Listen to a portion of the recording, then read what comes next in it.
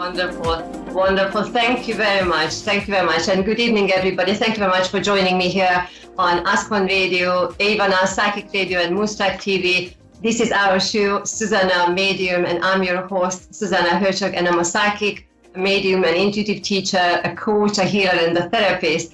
And I'm always saying, I'm just so very, very pleased and very, very grateful to be able to be here with you. Now, this is our episode 17, Zsuzsanna Medium Show, episode 17. And I tell you what, I'm just so very excited. Now, we have had a few sessions on Anna Frank. Thank you very much. Quite a lot of you have watched and listened to those conversations, and I know that her energy is going to come back. But I had a feeling to take a different angle and different types of conversations for us here when I'm here on Tuesdays, 5 p.m. EST and 10 p.m. GMT. So I decided, now we are in May and going into June, I have invited some really remarkable people, wonderful, wonderful energies who are really, really expert in what they do and what they are really living into, not just what they do, but then within their being, they are bringing that energy. And I'm so very excited to bring all these people. So stay tuned in. I'm always here on Tuesdays, 5 p.m. EST, 10 p.m. GMT. And all my details, you can find me on my website, zsuzannamedium.com, or social media pages, Zsuzsanna Medium. Zsuzsanna is always 9 letters, ZSU, ZSA, NNA. And here we go. I'm at this point, I'm going to stop talking because I'd like to bring us our guest in, who is Angela Barker from the UK. So how are you, Angela? I'm good, thank you, Zsuzsanna. Thank you for having me. I really, really appreciate it. I tell you what, I'm just so very grateful because, before you start talking, and because I know you've got so much expertise on so many really remarkable things, I just like to add to the audience that people can find you on phoenixflames.co.uk, and then social media, if I understand, Angela Barker Tarot, that is where they can find you. And then I need to tell the audience that I am able to read your messages on the main page of Avana Psychic Radio, just a Facebook, So if anybody has a live question, just type it, get typing, send us a question or a note, and, you might be hearing your own name or question read out here live. So, Angela, we called our conversation, because we were talking about, we can talk about this or that, or what should we talk about? And there were so many exciting things. So we decided to call our show today, Making Herbal Incense, Candles, and Oil with Magical Intent. And you are an expertise, and I'm learning because I don't know too much. So here we go. Please take it and enjoy our show here. Okay. So I've been doing magical incense for a long, long time. And as you can probably see around me, I've got herbs in front of me. A lot of these herbs actually grow in the UK, so we can actually grow these ourselves and actually use. And I know majority of them will grow around the world as well. I first started just raiding my food cupboard and started drying bits and bobs like orange peel, for example. Is something you eat an orange, you dry the peel, you can use it within your herbal incense. You can use it as a herbal incense, you can use it as a magical herbal incense, you can use it in spell work. There's so many different things you can do with herbs. And you can also use it as a tea. I love herbal tea, and we've got things like chamomile here. And if you wanted to get chamomile, you don't need to go and buy big bulk like I do, because I use it for everything. Because I actually make herbal incense for people, and that's with our Phoenix Flames business, as you can see, and you can buy them. But what I want to do today is just go through the basics of how you can make your own herbal incense and how you can at times use it in a magical purpose. Absolutely, yes. We are very, very ready to listen. Thank you. Yeah. Okay. So I always say with the first basic thing of making herbal incense, make it in small batches. Get what herbs you think would smell nice together and literally smell the herbs and smell the flowers and the resins and the berries, and, just check that you can burn these things as well, because if you start using things like apple seeds, for example, they've got cyanide in them, so you can't burn them because you don't want cyanide going up into the air. So just make sure that you can burn these things. And you can find that easily on the internet or online or anything like that. But the first thing I say to everybody is smell the herbs that you've got. because if you don't smell them, you don't know whether they're going to work well with something else. And then remember that you're going to have to burn these herbs. So they will burn at a different smell from what they smell raw. But if they don't smell good raw, they're not going to smell good when they're burning. That's my one.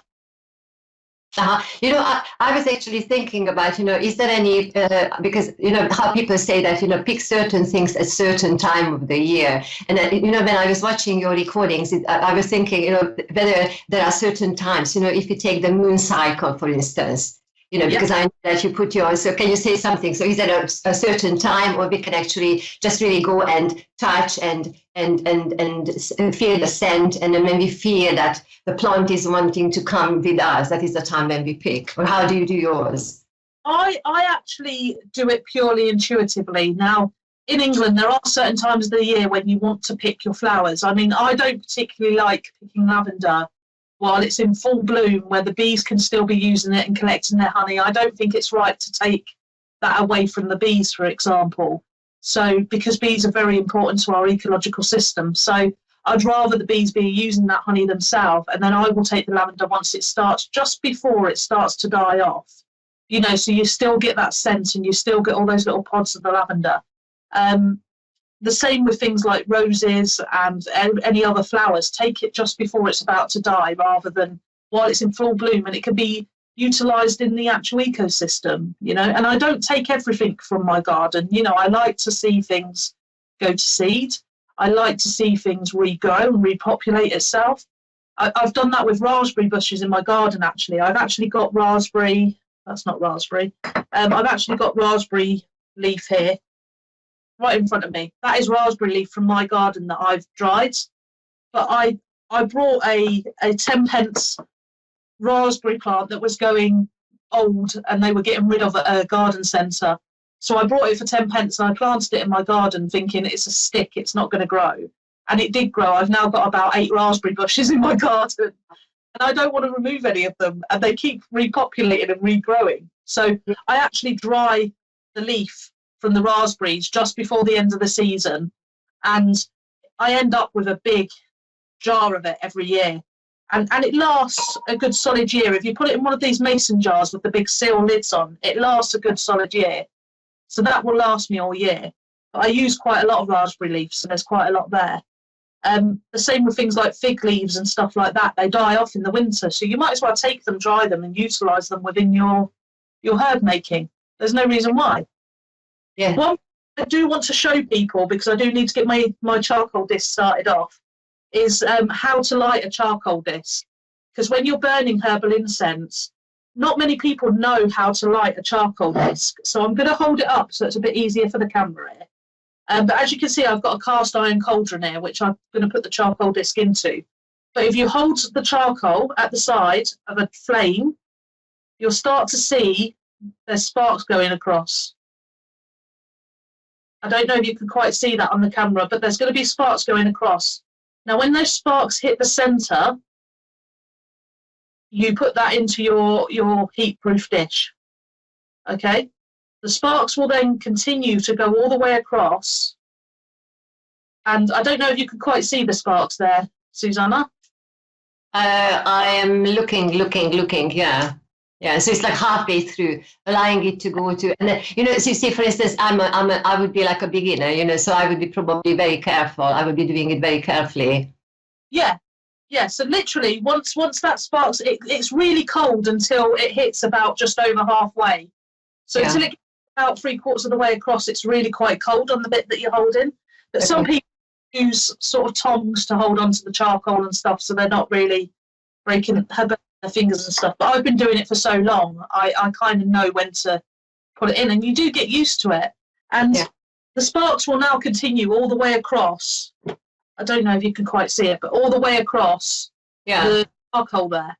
And once it goes all the way across, and it will start to go slightly grey.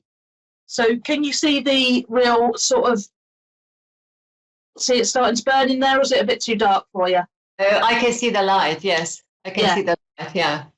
So it will go all the way across, and it will start going slightly grey, and that's when you can start putting your incense onto it to burn it. Okay. Okay? So what you have, so for this moment, because we've got people who are listening, so some people can watch, some people can listen. So you said you have a cast iron cauldron, and then you are using one of those. It's a special piece of coal. It's called a charcoal disc. You can get these from anywhere. People use them in hookah pipes and stuff. So you can get charcoal discs from anywhere. They're pretty inexpensive to get a pack of 10 charcoal discs. Okay. You should buy a pack for about £1.50 from any sort of esoterical shop will sell them, or there is some online retailers that sell them as well. Okay. You'll be able to get quite a few of them for pretty inexpensive cost. So that's literally almost started going across now, and already I can see the slight smoke coming up from the charcoal. Yeah. So the next thing I would actually do is actually start to make an incense. And as I said before, you can get stuff out of your food cupboards. So anything you can digest, you can usually burn. So you wouldn't normally eat apple seeds, really. I would hope you wouldn't eat apple seeds. But just check that you can burn it. So I'm going to make a bit of an incense in front of you. And one of my main bits of advice is just start off with small bits. So I always like to use at least one resin, at least one woody substance, at least one sort of herby substance, and then maybe something flowery to give it a bit of scent to it as well. So I'm going to use some pretty random stuff and see how it works together. And I'm not doing this for any magical intent right now, but if I was going to use it for magical intent, I would put certain herbs in to combine them up. So if you wanted to do a bit of clairvoyance, for example, or astral, you would use something like wormwood or mugwort, which would help you guide you into that astral travel or into that clairvoyant energy. I do have some wormwood, but it is a bit flaky and it does get up my nose, and I don't want that just before bed, I'm afraid. I don't want to astral project just before bed. So I'm going to make a bit of an incense now. Now, I've got some myrrh here. Myrrh's hard to grow in this country, so you do have to get it from another country. So I'm literally going to, this is teardrop myrrh, so I'm literally just going to put a bit in my bowl, just so we can have a little bit to start off with. And then I'm going to put some orange in with this. I love the smell of burning orange peel. It is one of the most amazing citrusy bursts that you can get. And this is literally just an orange peel that I've eaten the orange out of, and then I've dried the peel. So I try to use everything that I possibly can when I'm doing stuff, you know. I try not to have as much food waste as possible. I'm then going to use a bit of peppermint, I think. So I've got a bit of peppermint here. Oh, yeah. So what you are doing is that while you have the coal getting ready by itself, then in a separate bowl you start mixing what you want to use. Yes, basically. Okay. That's exactly what I'm doing. And I've actually got some cinnamon bark. I have got cinnamon powder as well. But I'm actually going to use some cinnamon bark that I've broke up. You can see I've got big pieces of cinnamon bark actually in my bag, but I've actually got some smaller pieces of cinnamon bark that I've already broken down. So I'm just going to use a couple of pieces of that. Now that's my woody element for the time being, because it's quite woody.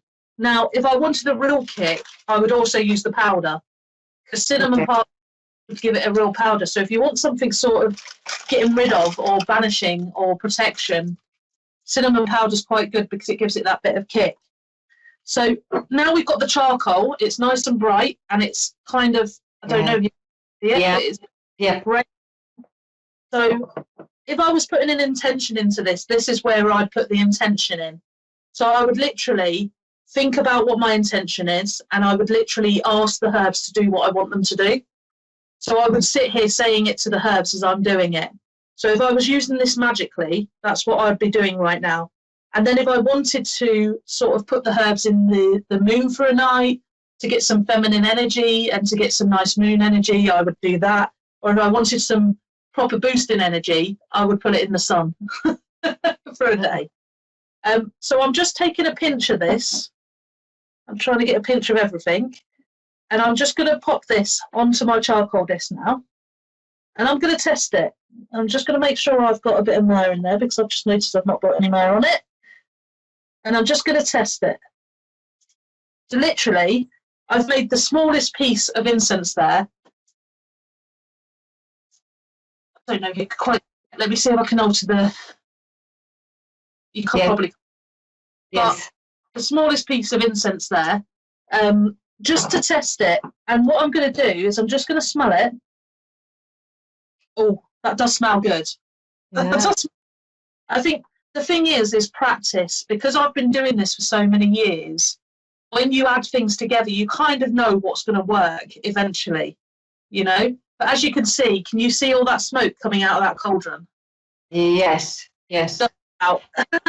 You know, that is actually the thing that, you know, when I was watching your recordings, that is when, you know, you can just right now imagine the scent, but it's really, one needs to try it, because then, you know, when, just like how you said, you know, when you are collecting your herbs and things from the garden, you just, what wants to come with you, you know, so what is resonating with you, and then this is, in this way, this is how you are together with nature, and then just, so what is really resonating with you, yeah.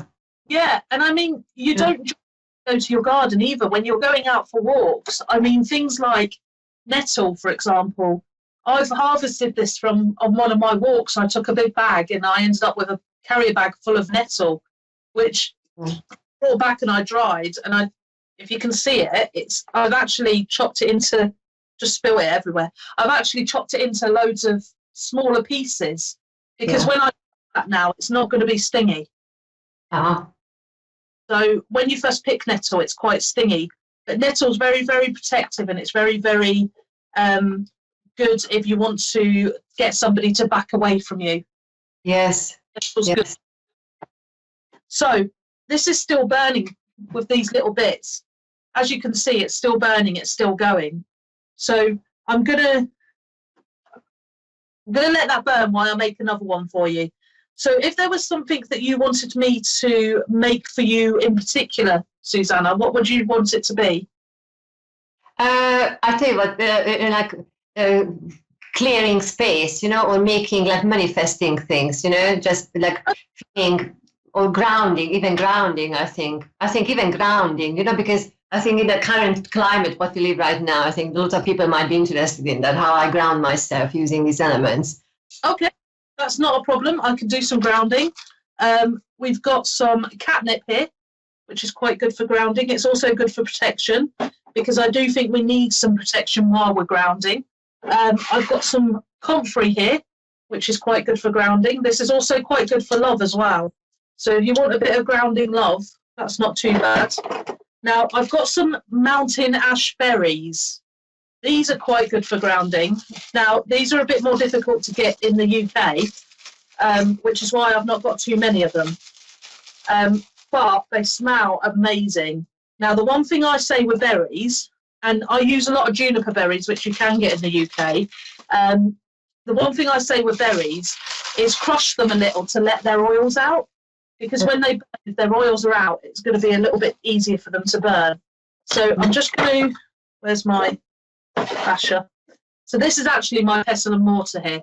So I'm just going to give them a bit of a gentle crush. Not too much so it absolutely disintegrates them into powder, but just enough to release that oil, you know? So we've got that there. Now, if I had some oak right now, oak bark, I would actually use oak bark in it, because oak bark's very strong, it's very powerful, and it's really good for just sort of having that vroom grounding time. So I would use oak bark in it if I had oak with me right now. But I love the smell of comfrey. It's one of my most favourite smells in the world. It's just beautiful. That's point then, you know, like, oh, I wish I could be there, and I could, because that, you know, you want to have your hands onto it and do it and feel it, and you know, that is, so I think that's why it's so lovely to listen to you, because you know, people are inspired, and you know, they can find you, maybe, you know, because I know you are teaching these skills as well, you know. Yeah. I mean, I'm literally I do teach herbal incense. I do workshops with herbal incense, and I do go out there and teach it quite a bit. And it's so inspiring when people send me photos and things of their whole shed into their herbal incense workshop. And I had a photo. I did my very first herbal incense workshop, actually, And one of the ladies sent me a photo about 6 weeks later saying, look what you've done to me.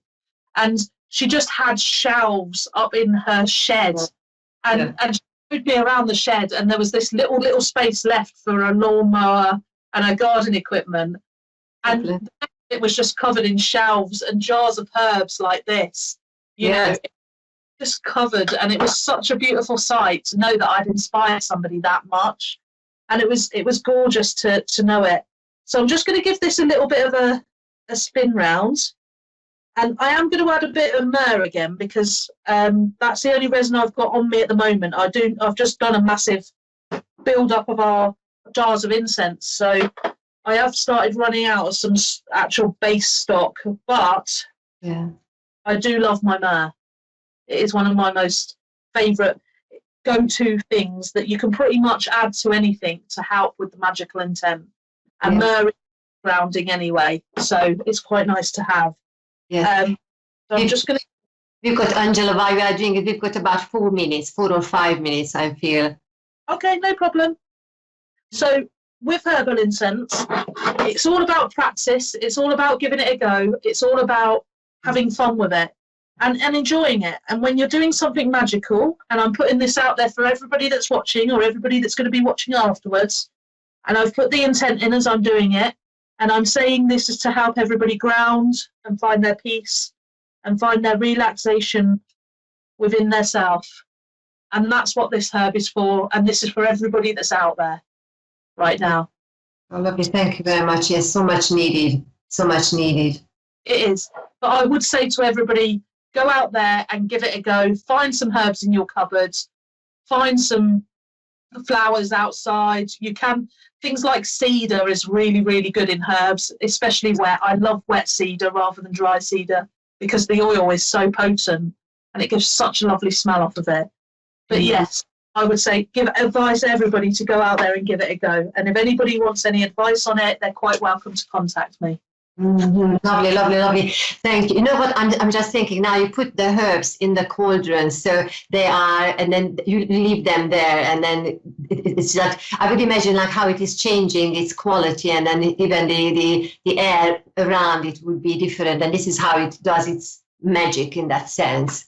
Yes. So as it's changing, it starts burning a little bit more. So you always find the loose leaf burns quicker than the woods and the berries. And the resin kind of comes somewhere in the middle and it molds everything together. But as that resin burns off and the berries and the wood start really burning, and I like calling them flavours and recipes because they're my recipes. And, you know, I've got 63 different recipes of these little jars that I sell. So I really like the flavour changing. I like the flavour changing from that nice sweetness at the start to something maybe a little bit darker and a little bit musky halfway through. And then you get that nice charred flavour at the end, or that nice smell. Some of my incenses actually change 7 or 8 times before they finish. So it's quite nice. But as you can see, this one's got a bit more smokiness coming off of it. Yeah, yes, now I can see. And I really like the way, you know, how, because you put different type of seeds and leaves and herbs, and because of their different qualities, as you burn it, it is changing, and then that it's like it's taking you on a journey. So if somebody is using it for meditation, for instance, it's really a part of your journey as well. Yeah, definitely. I mean, because there's the oils from the berries in there as well, it's going to burn a lot more smoke up anyway, because oil naturally burns. And you can add essential oils into these herbs as well. You can mix essential oils into your incense.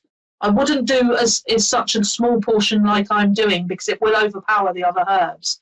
But if you were doing big batches like I do, and you were going to use them for a long time, then you can add essential oils in there and add some extra qualities in there that you possibly can't always find in your garden, or you know, you've not got them. Yes, you know what I'm really thinking of, that just because we've got maybe like 1 minute left, and then I say my goodbye here, is that, you know, because our audience, we live, you know, all over the place, all over the world, and then for some reason everybody's born into some place or we live somewhere, and it's really, we need to experience that environment, you know, when we go out on the ground and collect what is around us, as well as collecting things from other places, and then it's really giving you a different sense of belonging, and being part of nature. And then I feel that it's like the more we do, it is just so important to. It's not just because we live in a house, but then being part of the whole the earth, and then really feeling that nourishment. So Angela, I tell you what. Thank you very much for joining us. For the audience, I'm sorry, we are rounding up. I've got 60 seconds left here at the very end. Just for the audience, just one more time, I'm telling you, you can find Angela Barker on all the social media pages, and then phoenixflames.co.uk, where you can find out about courses and all the wonderful things what Angela is doing, what you are doing. And thank you very much for being here.